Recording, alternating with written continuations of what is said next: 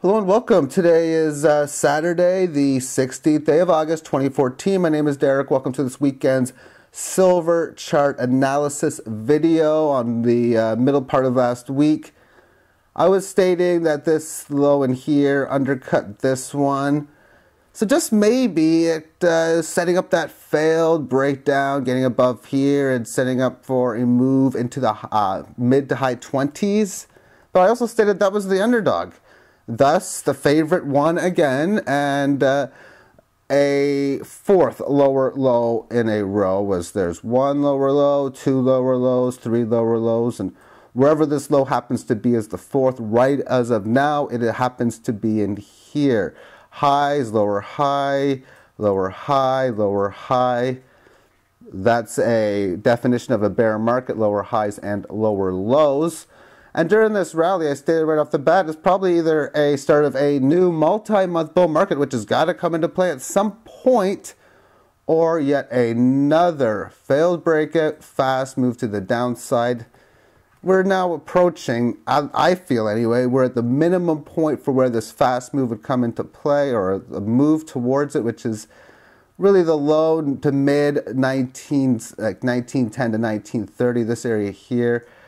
I would expect to be the area where further downside action should move towards. But again, another lower low.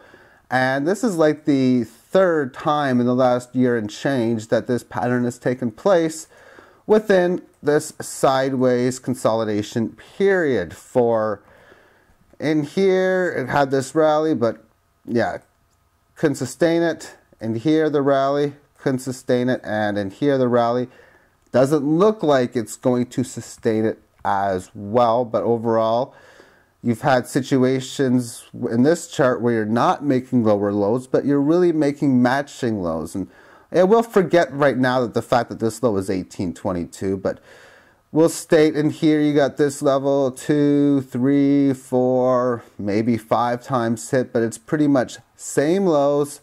However, on the high side, each one of these highs has been that of a lower high. For me to see this into a bull market, it needs to get above it like it has so many times above here. But when it finds support within this 18 average band, to actually do just that, find support, make it back up to resistance and break it. Because in here, there was no move back up to here. And then in here, there was no move back to here. Now we're here. Will there be a move back to here? You know, I don't know, but the more we test support, the more likely it is you can take it out. And when we move this to a quarterly chart, it's looking a little scary to say the least. You had a situation on here in the first Fibonacci level, which was a 23.6 retracement from the lows, the breakout lows of the early 2000s, or plus 10 years ago. And then breaking down below there, fast move to this level. It's been supporting it now for well over a year.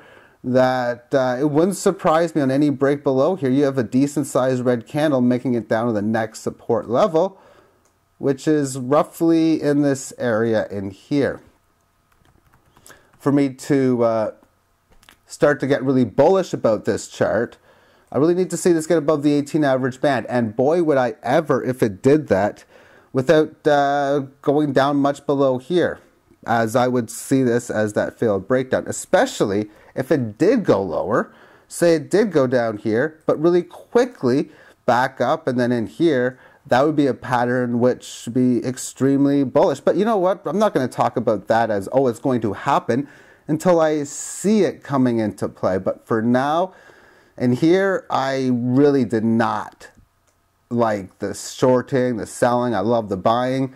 But the more often you test this level of 1895 or 19 even, the more likely it is that it's going to be taken out. So we're at 1978 now. You see the price go down $1. Wouldn't be surprised if more fast downside action were to occur if that were to take place. So thank you for tuning in to this weekend's video, and have yourself a magnificent weekend. Bye-bye.